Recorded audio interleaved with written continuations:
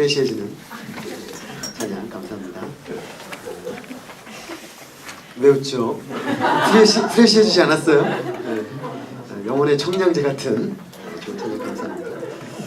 자, 오늘 누가복음 5번째 말씀이 되겠습니다. 말씀의 제목은 시험을 이기는 길입니다. 잠깐 기도하겠습니다.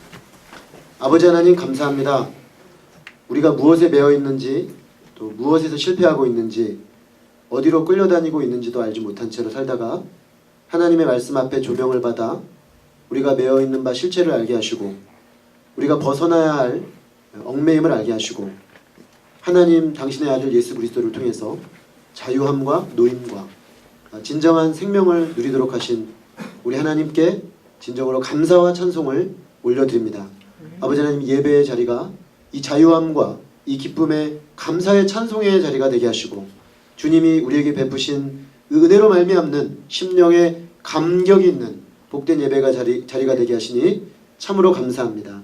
아버지, 누가복음 말씀을 통해서 오늘 우리가 서 있는 자리, 또 예수 그리스도께서 우리에게 주시고자 하셨던 자유와 노임과 해방의 자리를 확인할 수 있도록 하시고 하나님의 말씀 안에서 매인자가 아니라 승리한 자로 설 수 있도록 도우시는 은혜를 감사합니다.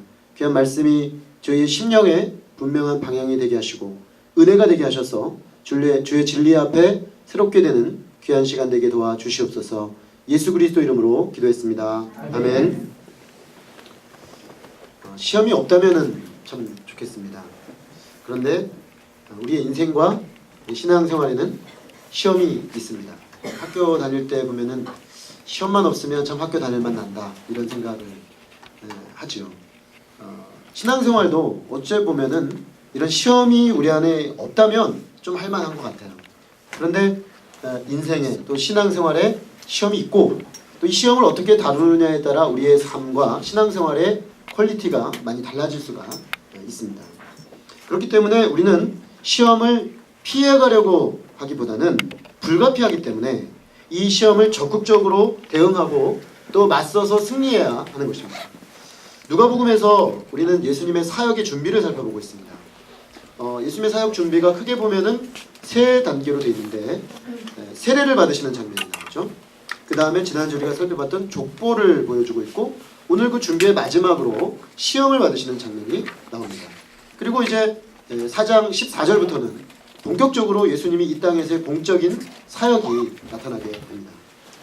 자, 예수님은 이 공적 생애를 시작하는 이 준비 단계를 보게 되면은 어떤 일정한 패턴이 있는데 세 번의 이 기록이 강조점이 하나 있어요. 그게 뭐냐면 세례를 받을 때 성령이 내려오면서 이는 내 사랑하는 아들이요 내가 기뻐하는 자다.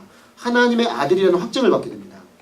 우리가 지난주 살펴봤지만 족보를 보게 되면 족보가 어떻게 끝나냐면 예수 그리스도로 시작해서 하나님의 아들로 끝이 납니다. 그러니까 예수님은 하나님의 아들이라는 것이죠. 오늘 이 시험은 하나님의 아들로서 받게 되는 시험입니다. 그렇다면 이 세 가지 준비는 결국 예수님이 앞으로 펼칠 사역이 하나님의 아들로서의 메시아 사역이 되겠는데 그 하나님의 아들로서의 메시아 사역이 어떤 의미를 띠고 있는가를 보여주는 것입니다. 오늘 읽은 우리의 이 본문은 크게 보면은 구약 성경으로 보면 두 개의 배경을 깔고 있습니다. 하나는 창세기 3장 1절부터 24절을 배경으로 합니다. 다시 말하면 아담이 사탄의 시험을 받아서 실패했던 그 스토리를 배경으로 하고 있습니다.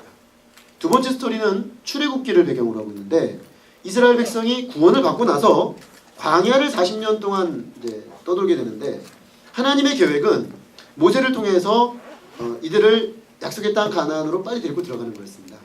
그런데 이들은 그 광야에서 하나님을 시험하고 결국 그들도 하나님의 시험에 사단의 시험에 들어서 실패하고 첫 세대들은 대부분 실패하여 광야에서 죽고 다음 세대 즉 40년 뒤에 여호수아 세대만 약속의 땅으로 들어가죠. 다시 말하면 오늘 말씀의 배경에는 두 번의 실패가 깔려 있습니다. 아담의 실패, 이스라엘의 실패. 하나님은 그 아들을 보내셔서 이 아담의 실패와 이스라엘의 실패를 반복할 수밖에 없는 우리 인생들에게 참된 승리의 길을 주시기 위해서 예수 그리스도를 다시 보내시고 예수 그리스도를 통해서 그 사단과 마귀의 시험을 이기는 길을 우리에게 주시고자 하시는 것입니다. 물론 이 예수님이 오늘 받으신 세 가지 시험을 오늘날 우리가 똑같이 받진 않아요. 똑같은 그 주제로 똑같은 내용으로 받지는 않는데 핵심적 이슈는 똑같습니다. 우리가 하나님 앞에서 신실한 하나님의 자녀로 살려고 할 때, 예수님이 하나님의 아들이죠. 신자는 입양된 하나님의 자녀죠. 그러므로 그 점에서 연결점이 있습니다. 하나님의 입양된 자녀로 우리가 하나님의 백성으로서의 정체성을 가지고 살려고 할 때 예수님이 받으셨던 세 가지 핵심적 이슈가 우리에게 그대로 적용되는 시험으로 다가온다는 것입니다. 그런 점에서 오늘 말씀은 우리가 어떻게 시험을 이기고 계속해서 신실하게 하나님의 자녀로 살 수 있는지 배우는 좋은 말씀이 되겠습니다. 오늘 말씀을 보니까 예수님이 성령의 충만함을 입어 요단강에서 돌아오셨다라고 되어 있습니다. 요단강에서 세례를 받으시고 성령이 비둘기처럼 내려와서 성령을 충만하게 덧입고 이제 예수님은 요단강에서 돌아오게 되신 것입니다. 자, 이렇게 성령의 충만함을 입어서 예수님이 가신 곳이 어디입니까? 그곳은 광야였습니다. 뜨거운 성령의 영적 체험, 세례 받으신 사건은 뜨거운 성령의 영적 체험이죠. 하늘문이 열리고 성령이 강력하게 임하는 뜨거운 성령의 영적 체험의 현장에서 나와서 간 곳이 어디냐면 광야. 유혹받고 시험당하고 고뇌하는 인간들의 문제에 참여하고 해결하기 위해서 광야로 가셨습니다. 우리는 반대 방향으로 가는 경향이 많죠. 골치 아프고 힘들고 문제가 있는 광야에서 떠나서 뜨거운 영적 체험이 있는 영적 체험의 현장으로 가고 싶어 하잖아요.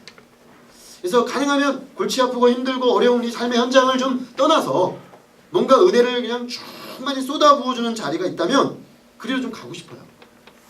그 누구나 그런 거 아니겠습니까?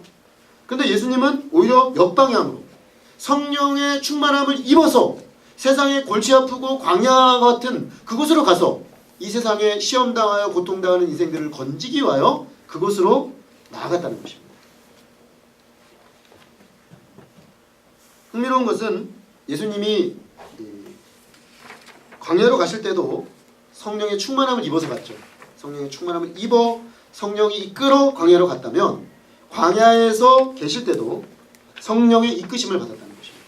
오늘 1절 말씀은 두 번이나 성령의 충만함을 받아 성령의 이끄심을 받아 시험을 받았다. 이렇게 되어 있습니다.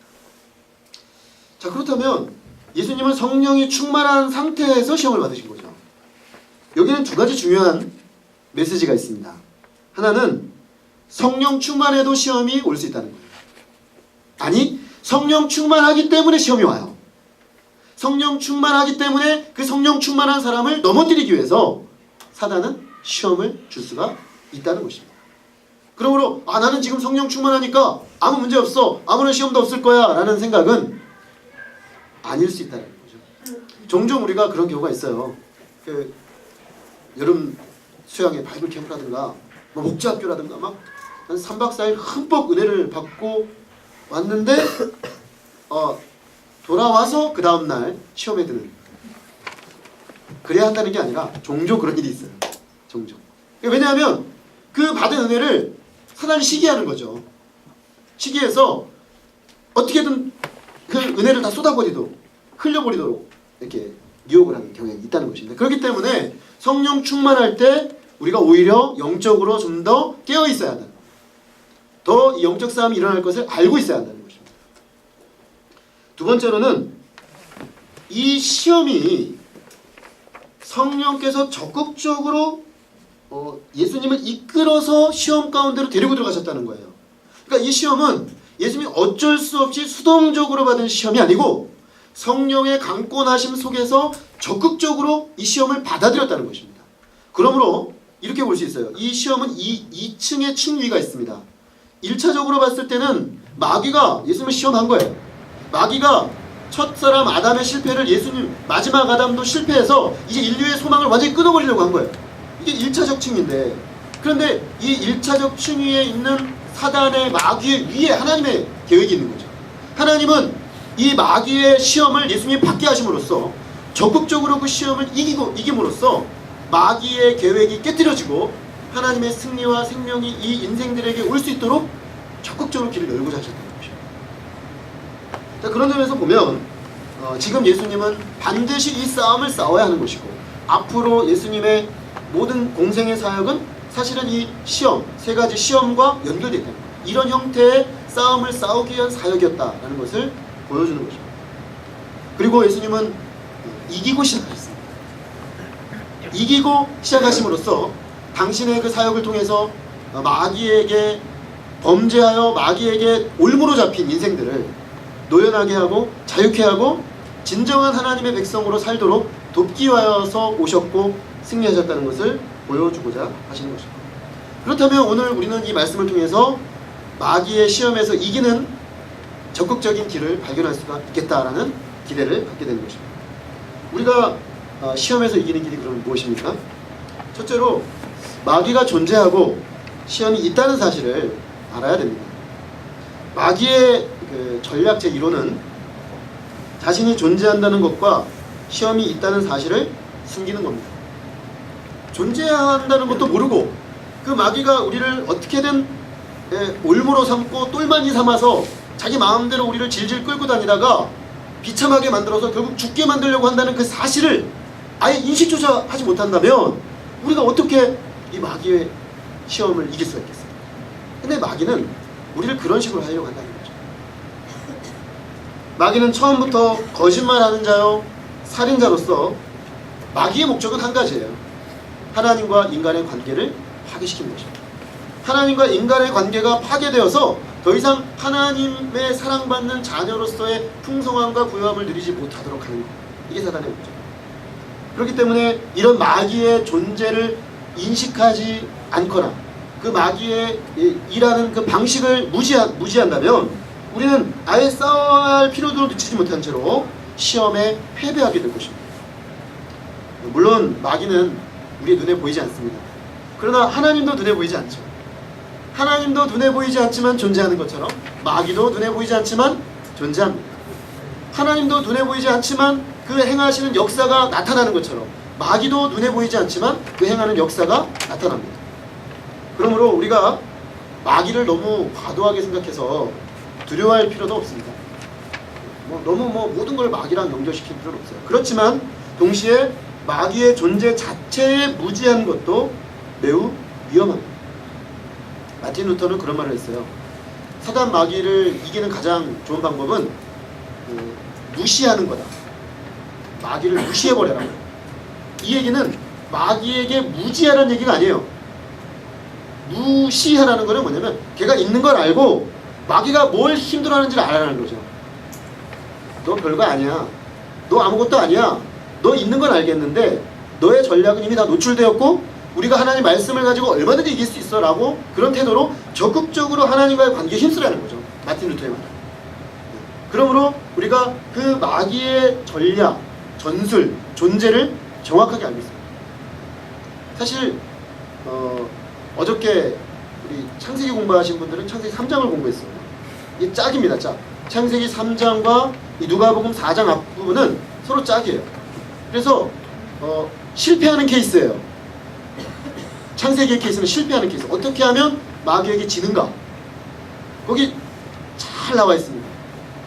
오늘 말씀은 어떻게 하면 마귀에게 이기는가의 케이스예요. 실패 케이스와 승리 케이스를 종합해서 딱 보면 마귀의 전략 전술이 놀랍게도 창의력이 없어요. 창세기 3장의 마귀의 전략하고 누가복음의 마귀의 전략이 똑같습니다. 양상을 약간 달리할 때 오히려 아담이 처했던 상황이 훨씬 좋아요. 왜냐? 아담은 아직 에덴 동산에 있었고 굉장히 하나님이 주신 부여함을 다 누리고 있었어요. 그래서 자기가 한 가지 그 계명만 붙잡고 있었으면 이길 수 있었어요. 어렵지 않았어요. 예수님은 오늘 보면 광야에서 먹을 것도 없이 40일 동안 굶었을 때 시험이 들어와요. 훨씬 더 열악한 상황이었어요. 그러나 예수님은 이깁니다. 자, 그 차이가 뭐입니까? 오늘 우리는 그것을 좀 주목해 볼 필요가 있겠습니다. 이 싸움에서 이기기 위해서는 사단이라고 불리우는 마귀가 존재한다. 지금까지 전혀 인식하지 못하고 사셨어도 오늘부로 인식하셔야 됩니다. 얘는 근데 어떤 식으로 주로 일하냐면 툭툭 생각을 던져놔요. 우리의 생각을 툭툭 던져놔요. C.S. 루이스라는 분이 그 아주 재밌는 책을 하나 쓴 적이 있는데 그 책 제목이 뭐냐면 스크루테이프의 편지라는 책이에요. 근데 이 스크루테이프의 편지는 마귀가 그 자기 조카 귀신, 조카 마귀에게 보내는 그 마귀 양육서예요. 마귀 그 고레벨로 올라가는 마귀 단계로 올라가는 양육서를 썼어요. 그래서 그걸 읽다 보면요 막 헷갈려요. 제가 오늘도 이 본문 준비하다가 그걸 좀 읽다 왔거든요. 근데 막 뒤죽박죽이 되는 거예요. 왜냐면 마귀 입장에서 어떻게 하면 그리스도인들을 하나님으로 떨어져서 마귀 지배 아래 들어오게 할 건가. 거기 보면 그리스도인을 뭐라고 하냐면 환자라고 해요. 환자. 그 환자들을 어떻게 하면 우리의 아버지, 그 아버지가 누구냐면 사탄, 마귀 사탄. 그렇게 막 거꾸로 막 얘기를 하는 거예요. 근데 그 글을 이렇게 쭉 읽다 보면은 뭐를 깨닫게 되냐면 이 마귀 쪽에서 봤을 때도 상당히 머리를 쓰고 있구나. 근데 거기 나오는 그 이야기들이 C.S. 루이스가 하는 이야기들이 가공의 소설이 아니고 성경적으로 드러난 사단 마귀의 전략과 전술과 존재를 그대로 요약해서 작품화했다. 자, 그렇게 놓고 보면 이미 다 노출돼 있다는 거예요. 이미 다 노출돼 있어요. 사단의 존재와 전략과 전술과 얘가 뭐가 약점인지 뭐가 지금 강점인지를 알고 우리가 싸우게 되면 이길 수 있다는 거죠. 그 점에서 우리가 마귀의 존재, 또 그 시험의 존재, 그 전략, 이기는 법까지 알고 시험에 승리할 수 있기를 기도합니다. 그러면 둘째로 마귀가 우리를 시험하는 포인트를 정확히 알 필요가 있겠습니다. 예수님께서 광야에서 40일간 아무것도 잡수시지 않고 줄이신 때 마귀가 시험에 왔습니다. 가장 연약할 때죠. 성령으로 충만하긴 했지만 육신적으로는 가장 연약할 때 공격해 왔습니다. 마귀는 세 가지로 시험했는데 그 첫 번째 질문은 이랬습니다. 네가 만일 하나님의 아들이거든 이 돌들에게 명하여 떡이 되게 하라. 이 질문을 한 타이밍이 중요하죠. 시험은 타이밍입니다. 지금 40일 동안 굶었죠. 예수님이 인성을 입고 있기 때문에 배가 고픕니다. 그런데 뭐라고 말하냐면 네가 만일 하나님의 아들이라면 떡을 한번 만들어봐라. 마귀는 예수님이 하나님의 아들이라는 걸 아주 잘 알고 있습니다. 사람들 중에는 예수님이 하나님의 아들이라는 이 인지적이고 고백적 신학 고백에 이르지 못한 사람이 상당히 많습니다. 그러나 마귀는 아주 잘 알고 있습니다. 예수님이 하나님의 아들이고 그렇기 때문에 문제가 되는 거예요. 이 하나님의 아들이 와서 우리 인생들을 구원하려는 그 계획을 이루려고 하기 때문에 이걸 방해해야 되거든요. 그러니까 지금 이 질문은 예수님이 하나님의 아들임을 몰라서 하는 얘기가 아니에요. 하나님의 아들인 걸 알겠는데 그 하나님의 아들로서의 능력을 떡을 만드는 데 사용해라. 너의 필요를 채우는 데 사용해라. 이렇게 말씀하시죠. 하나님의 아들로서 하나님과의 긴밀한 관계 속에서 하나님의 말씀 속에 의지하면서 하나님과 동행하면서 살아가기보다는 하나님과 독립적으로 하나님은 예수를 왜 보내셨냐면 인류를 죄에서 구원하기 위하여 그 아들을 보내신 거죠. 근데 예수님은 그 길이 아니라 자기의 필요, 육신의 필요 이것을 채우는 쪽으로 하나님과 결별하고 자기의 길을 가라. 그리고 자기의 능력을 거기에 써먹어라. 이렇게 말씀한 것입니다. 예수님은 하나님의 아들이자 또한 사람의 아들로서 인간의 마땅한 길에 대해서 말씀하심으로 이 사단의 시험을 이기십니다. 기록된 바 사람이 떡으로만 살 것이 아니라 하였느니라. 같은 시험을 기록하고 있는 마태복음은 하나를 덧붙여놨죠. 사람이 떡으로만 살 것이 아니라 하나님의 입으로 나오는 말씀으로 살 것이니라 이렇게 되어 있습니다. 예수님은 사람이 떡으로 사는 떡이 필요한 존재라는 걸 부정하지 않으셨어요. 사람이 떡으로만 사는 존재가 아니라 떡도 필요해요. 우리는 밥을 먹어야 해요. 우리에는 육신의 필요가 있습니다. 인간은 육을 입고 있기 때문에 인간은 육의 필요도 채워줘야 합니다. 그러나 여기서 포인트는 뭐냐면 그게 필요 없다는 게 아니라 떡도 필요하지만 떡만으로 사는 존재는 아니다. 인간은 만약에 떡만으로 사는 존재라고 한다면 인간은 인간됨을 포기하는 것이다. 그것은 인간됨을 포기하는 것이기 때문에 패배한 것이다. 인간으로서 실패한 것이다. 이렇게 되는 것이죠. 결국 하나님의 아들로서 그 능력을 자기의 필요, 떡을 먹어야 한다는 그 필요를 충족시키는 데 사용하게 되면 인류를 구원하기 위한 메시아조차도 결국 떡 먹는 문제에 굴복해 버림으로써 인간은 떡 먹는 문제 외에는 더 이상을 추구할 수 없는 존재로 실패하게 되는 것이죠. 예수님이 이 떡을 딱 만드는 순간, 능력을 사용하는 순간 사탄은 바로 그것을 노린 것입니다. 육신의 필요도 중요하지만 인간은 꼭 떡만으로 사는 존재는 아닙니다. 사람은 무엇으로 사는가? 사람은 하나님의 입으로 나오는 말씀으로 사는 존재입니다. 이는 예수님이 인용하신 신명기 말씀, 오늘 사람은 떡으로만 사는 존재가 아니요 하나님 위로 나는 말씀으로 사는 존재다. 이거 신명기 8장 3절을 인용한 말씀인데 그 말씀의 문맥을 보면 어떻게 되어 있냐면 이스라엘 백성이 광야 길을 걸어가는데 광야니까 먹을 게 없어요, 마실 게 없어요. 그래서 늘 문제가 되는 게 마실 거 없고 먹을 게 없어서 문제가 돼요. 그래서 늘 이스라엘 백성이 여기서 시험에 걸려들어가지고 하나님 원망해요. 하나님 미워요. 자기들을 이끌어낸 모세에게 처음엔 열광했는데 나중에는 짜증내요. 왜 우리를 여기 데리고 와가지고 그 이집트에는 먹을 거는 해결돼 있었는데 차라리 돌아가자. 그리고 심지어는 모세를 죽이고 새로운 지도자를 세워서 돌아가려고까지 합니다. 시험에 단단히 온 거죠. 그들은 하나님이 떡으로만 사는 존재가 아닌 하나님의 말씀을 따라 하나님을 예배하며 그 영혼의 가치를 추구하는 존재로 살도록 부르셨는데 그 영광스러운 자유의 백성이 되게 하셨는데 참다운 인생이 되게 하셨는데 그들은 다시금 떡만으로 사는 존재로 돌아가 버리고 한 거죠. 실패한 것이죠.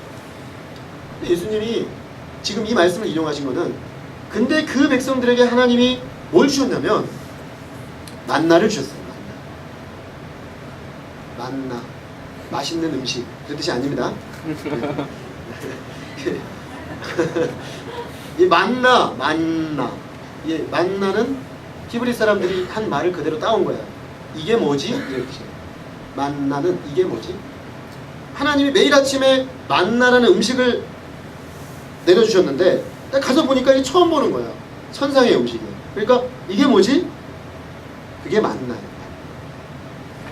그러니까 그들은 이게 뭔지 알지도 못하는 하나님이 먹이시는 뭔가를 38년 9개월 동안 먹었어요. 하루도 빼지 않고. 하나님은 한 번도 빼지 않고 그들을 먹이셨어요. 근데 그 만나는 하나님 말씀하신 대로 내렸어요. 그래서 6일 동안은 오고 안식일 날은 안 내려와. 그래서 토요일 날은 2배로 거들어요. 말씀하신 대로 가면 있었고 말씀하신 대로 안식일 날 나가면 없었어요. 그 40년 광야 생활 동안 이스라엘 백성을 먹인 것은 직접적으로는 만나지만 더 근원적으로 보면 하나님 말씀이에요. 하나님 말씀대로 그들이 가면 먹을 수 있었어요. 그걸 말씀하시는 거예요. 사람은 단순히 떡만으로 사는 존재가 아니다. 너희들이 먹어야 살지만 그 떡은 하나님이 내려주신 만나였다. 하나님의 너희를 먹였다라는 거죠. 그 말씀을 인용하면서 메시아가 와가지고 떡 만들어가지고 사람들 떡만 만들어주는 그 메시아가 되면 결국 인간은 그런 존재로 전락하게 되는 것이다 라는 것이죠. 예수님은 그걸 거절한 것이죠. 인간은 그런 존재가 아니다. 인간은 그렇게 하찮은 존재로 만들어진 것이 아니다. 떡도 필요하지만 하나님 말씀이 필요한 말씀을 먹어야 사는 영적인 존재다. 그렇게 말씀하신 거죠. 오늘날 우리 젊은이들은 오늘 이 사탄 마귀의 시험이 광풍처럼 불어오는 시대에 살고 있습니다. 정부도 먹고 사는 문제를 위해서 도덕성을 포기하고 세상도 돈에 미쳐 돌아가서 먹고 사는 문제를 위해서는 다른 건 다 포기해도 된다고 말하는, 심지어 먹고 사는 문제를 위해서라면 영혼도 팔겠다고 하는 정말 무시무시한 시대에 우리가 살고 있어요. 그래서 마귀가 얼마나 강력하게 이 젊은이들의 영혼을 그걸로 사로잡고 자기들이 꽉 틀어주고 있는 거예요. 자, 먹고 사는 문제 외에 우리가 뭘 위해 살 수 있을까? 요즘 같은 시대에. 여러분, 제가 헌신을 잘 알고 있어요. 제가 어저께 한 글을 읽었습니다. 한 서울대생이 5년 전에 자기 그 서울대생들 사이트에 올린 글이라고 하더라고요. 근데 지금 5년 전에 쓴 글인데 너무나 정확하게 분석을 했어요. 근데 그 글의 핵심은 이거예요. 이제 스카이 대학 나와도 별 일 없다. 뭐 그런 얘기예요. 본인이 서울대생이 그런 얘기를 하고 스카이 대학 나와도 이제 별 볼 일 없다. 왜냐? 스카이 대학이 밥 벌어주는 시대는 끝났다 이거예요. 그러면 뭐냐? 다른 것도 그때 별 게 없어요. 지금 어디를 가도 너무나 힘든 시대. 먹고 사는 문제. 우리는 이미 세계 경제로 편입되어 버렸고, 근데 이 사람은 계속 비판을 해요. 그 위에 상층부 1%들은 우리가 그 구조 속에 들어가도록 계속 부추김질을 하면서 그냥 그걸로 만족하며 살도록 시스템을 자꾸 만들어가고 있다는 거죠. 그러니까 정신 차려라 이거예요. 그 친구의 말의 핵심은 뭐냐? 골기하라. 이 잘못된 이 구조적인 악을 뒤집어 엎어라. 이대로 가면 너희들은 노예밖에 안 된다. 그죠? 설국열차의 메시지. 헝거게임에 나오는 그런 메시지. 계층적 구도로 모든 걸 보는. 저는 상당히 분석이 정확하다고 봐요. 그 친구의. 근데 한 가지 아쉬운 점이 있어요. 그 친구의 논리도 결국 물질주의예요. 이 세상을 결국 물질의 가치로만 본 거예요. 물질의 가치로만 보면 그게 맞아요. 철저하게 계급화된 그 구조 속에서 우리는 이 계급이 될 거냐, 이 계급 대부분의 다수의 계급에서 비참하게 살 수밖에 없는 우리는 정말 비참한 존재라고 말해버리고 결국 선택은 하나밖에 없어요. 두 가지밖에 없어요. 그거에 충실하게 따라갈 거냐, 아니면 정말 뒤집어 엎을 거냐, 혁명이냐. 이게 사회주의 사상이에요. 다시 지금 그쪽에 관심이 생기잖아요. 토마 피케티 같은 사람이 그런 얘기를 하잖아요. 다시 공산당, 마르크스의 공산당 선언에 버금가는 그런 얘기를 하잖아요. 왜? 구조적인 악이 있으니까. 근데 우리는 결국 공산주의도 마귀의 이야기에 귀를 기울인 거예요. 인간은 결국 물질적 존재에 불과하다. 그 이상도 그 이하도 아니다. 그러므로 이 경제적 가치가 박탈당한다면 뒤집어 엎어야 한다. 이거잖아요. 근데 우리는 다르게 됐습니다. 우리는 그걸 인정할지라도 인간이 그저 밥 먹고 사는 문제로만 인생의 가치를 논하지 않는다는 거예요. 우리는 이 판을 다르게 보자 이거예요. 그게 예수님의 답이에요. 그걸 우리는 인식하지만 그저 그 가치 구도를 유지할 거냐 말 거냐 그 구도가 아니에요. 우리는 판을 새로 짜자는 거예요. 인간은 먹고 사는 문제도 중요하지만 영혼이 있는 존재다라는 거예요. 영혼이 있는 존재. 우리는 새로운 구도로 이 세상을 보고 이 구도 속의 세상을 보는 거예요. 그렇게 되면 어떻게 되느냐? 우리가 영혼을 팔아서라도 떡 문제를 해결해야 할 것 같은 이 시대에 하나님의 자녀로서 떡 문제를 해결함으로써 하나님의 자녀됨을 입증하라고 요구받는 시대잖아요. 니들이 정말 하나님 믿는 사람들 맞아? 하나님의 자녀라면 그러면 하나님의 자녀로서의 능력을 보여줘봐. 지금 예수님이 요구받은 거죠. 너희들 이런 시대에 취직도 좀 잘 되고 잘 나가고 그럼으로써 너희는 하나님의 특별한 사랑을 받는 존재라는 걸 보여줘. 그러면 믿을게. 그러면 인정할게. 이런 얘기를 듣는 거죠. 우리는. 어떻게 대답하시겠어요? 우리는 예수님의 말씀에서 이런 시대의 요구에 대해서 자유함을 느낍니다. 그걸 왜 우리가 입증해야 되는데요? 왜 우리가 떡 먹는 문제에서 떡 먹는 문제를 잘 해결했다는 것으로 우리가 하나님의 자녀임을 입증해야 합니까? 인간은 그런 존재가 아닙니다. 하나님의 자녀로서 하나님을 섬기고 말씀으로 내 자리에 서 있다면 때로는 어떤 사람은 좀 물질적으로 좀 더 많이 받을 수 있고 좀 적게 받을 수 있지만 우리는 하나님의 백성으로서 그런 가치로 하나님 앞에 서지 않습니다. 예수 그리스도의 피를 믿는 하나님의 백성 공동체로 우리는 하나 됩니다. 계급도 없고 그 사람의 부의 그 차이도 없이 함께 하나님의 백성으로 섭니다. 그런 것들이 우리를 갈라놓는 그런 세상은 하나님 나라가 아닙니다. 이렇게 말해야 되는 거죠. 결국 자본주의의 극단을 달리는 신자본주의도 물질주의요. 이 자본주의의 폐해를 끊어내야 한다고 말하는 이 공산주의 혁명의 사상도 결국 물질주의입니다. 우리는 둘 다 아닙니다. 우리는 하나님의 말씀으로 사는 영혼을 가진 존재. 이것을 받아들이는 사람은 어떻게 됩니까? 좀 있는 사람은 나누게 됩니다. 이 사회 구조의 모순에 대해서 공산주의보다 더 혁명적으로 세상을 변화시킬 수 있는데, 그건 유일한 건 가진 자가 결코 자기 걸 내놓지 않습니다. 그러므로 이런 구조는 계속 갑니다. 이 세상의 구조는 그렇게 갈 수밖에 없어요. 그런데 이거를 극복할 수 있는 길은 뭐냐? 자발적으로 자기 것을 내어놓는 사람들이 나오면 세상은 달라질 수 있어요. 근데 그 누가 그렇게 합니까? 물질의 가치에 매인 것보다 자유한 사람만이 그렇게 할 수 있어요. 인간은 물질만으로 평가받는 존재가 아니라는 것을 인정하는 사람만이 그렇게 할 수 있어요. 그러므로 오늘 이 예수의 말씀은 인간 선언이에요. 마그나 카르타 700주년이라고 합니다.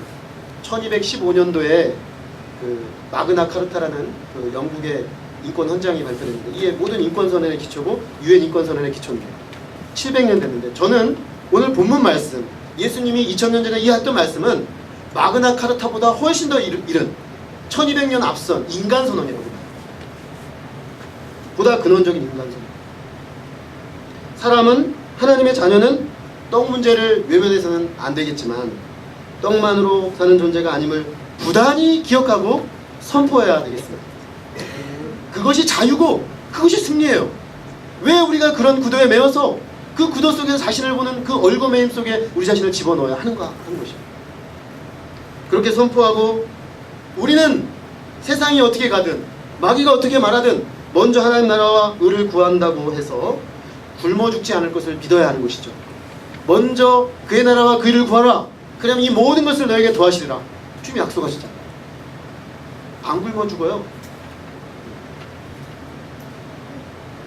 적어도 제가 지난 20년 동안 보니까 안 굶어 죽더라고요. 아직 살아있잖아요. 그리고 얼마나 자유로워요. 이 구도에서 새로운 패러다임을 만들어낼 수 있는 자유인들이 양산될 수 있는 것입니다. 이것이 바로 싸움의 포인트입니다. 오늘날도 엄연히 벌어지고 있는 마귀의 유혹의 포인트, 싸움의 포인트, 시험의 포인트입니다. 우리가 이 포인트를 정확히 인식하고 싸워야 할 자리를 분명히 알고 예수 그리스도처럼 말씀으로 승리할 수 있기를 간절히 기도합니다. 마귀의 두 번째 질문은 또 다른 상황에서 주어집니다. 첫 번째 실패하니까 이번에는 배고플 때 먹는 문제를 유혹했어요. 두 번째는 예수님이 이끌고 올라갔습니다. 높은 곳으로 올라갔습니다. 아마 굉장히 높은 곳으로 끌고 올라간 것 같아요. 환상 중에. 그런 다음에 순식간에 천하만국을 보여줬다고 했어요. 천하만국을 쫙 보여줬습니다. 위에서. 여러분, 이게 굉장히 중요한 부분인데, 구약 성경에 보면은 가장 찬란했던 그 고대 근동의 제국이 어디냐면 금의 제국이라고 하는 바벨론 제국이에요. 바벨론 그 제국에서도 가장 전성기를 이끌었던 왕이 누구냐면 느부갓네살이라는 왕이에요. 이 느부갓네살 왕이 한 번은 바벨론의 성에 쫙 올라갔어요. 여러분, 그 영화의 알렉산더라는 영화를 보면 알렉산더가 그 느부갓네살이 만든 바벨론 성을 무너뜨린 페르시아를 무너뜨리거든요. 근데 그때 알렉산더가 들어가는 그 성을 보면요, 그 땅 지평선이 있는데 그 어딘가에서 반짝반짝해요. 그 영화를 보면. 근데 가까이 가보니까 금으로 만든 성이에요. 이게 바벨론 시대에 만든 거고, 완전 그 번영한 나라, 금으로 그냥 도금을 해놓은 나라야. 딱 느부갓네살에 서서 위에서 이렇게 쫙 내려다보는 거죠. 어떤 생각이 들어요? 이거 누가 만들었어? 야, 나 정말 대단하다, 이렇게 됐어요. 그래서 미치죠. 그래서 성경에 보면 미쳤다고 돼 있어요. 3년 반 동안 이 사람이 그 역사 기록에 보면 느부갓네살 3년 반 동안 사라졌다가 나타나요. 실제로 미쳤던 거예요. 너무 자기 도취에 빠져가지고 미쳐버려요. 그러니까 높은 곳에서 영광을 보여주면 사람이 혹하는 거예요. 예수님을 지금 꼭대기까지 올라가가지고 쫙 보여준 거예요. 그래서 뭐라고 말하냐면, 이 모든 권위와 영광을 내가 내게 주리라. 이것은 내가 내게 넘겨준 것으로 내가 원하는 자에게 주노라.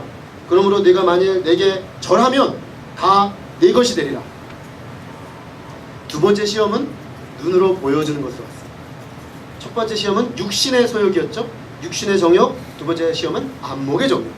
눈으로 보는 거예요. 사단이 아담을 실패시킬 때도 그랬죠. 마지막에 눈으로 보니 먹음직도 하고 보암직도 하고 지혜롭게 할 만큼 탐스럽기도 한지라. 먹음직도, 그 다음에 보암직도 보여줘 버렸어요. 시각적 자극으로 들어오는 시험은 매우 강력합니다. 사람들이 시각적 자극으로 들어오는 시험에는 거의 퍽퍽 쓰러집니다. 특히 남자들이 더 심하고 시각적 자극이 약해요. 남자들 특히 더 약합니다. 자, 예수님이 지금 본 게 뭡니까? 오늘 본문에 순식간에 천하 만국을 보여줬다고 했는데 이거는 가장 짧은 시간 안에 가장 넓은 공간을 보여준 겁니다. 가장 짧은 시간 안에 가장 넓은 공간을 보여줌으로 인간의 욕망을 극대화해서 자극한 거예요. 그 욕망을 완전히 자극해버렸어요. 지금 마귀는 세상의 영광을 처분할 수 있는 자신의 권리에 주목하라고 합니다. 자기가 이 세상 영광을 처분할 수 있다는 거야. 내 손 안에 있다는 것입니다. 그리고 그 영광은 내가 처분할 수 있는데 절만 하면 내가 주겠다. 아주 쉽죠? 절 한 번만 딱 하면 눈 딱 감고 절해버려. 그러면 주겠다는 거예요. 그 괴테 파우스트에 나오는 이야기랑 똑같죠. 그죠? 파우스트가 자기가 원하는 걸 얻기 위해서 메피스토텔레스인가요? 그 마귀입니다. 그 마귀에게 자기 영혼을 팔죠. 자기 영혼을 팔고, 그러니까 딱 거래를 합니다. 거래. 지금 마귀가 지금 예수님에게 그 거래를 얘기한 거예요. 절 한 번만 해라. 그러면 내가 다 주겠다. 딱 한 번 눈 감으면 되는데 뭔 상관이야. 그러면 네가 원하는 거 한꺼번에 얻을 수 있어. 얼마나 달콤한 제안입니까? 여기서 질문. 어떻게 마귀가 온 세상 영광과 권세를 그 손에 쥐게 된 것일까요? 우리가 성경적으로 보면, 창세기적으로 보면 이 세상의 통치권은 인간에게 위임되어 있었습니다. 하나님이 피조물을 만드셨습니다. 인간도 피조물이죠. 근데 인간을 하나님의 형상으로 만들어서 피조물 위에 갖다 놓으셨어요. 그래서 하나님의 통치권을 위임해서 이 피조세계를 다스리게 하셨어요. 이게 인간 형상의 본질이에요. 하나님의 통치권을 위임받은 것. 근데 이걸 넘겨버렸어요. 인간이. 언제 넘겼냐? 창세기 3장.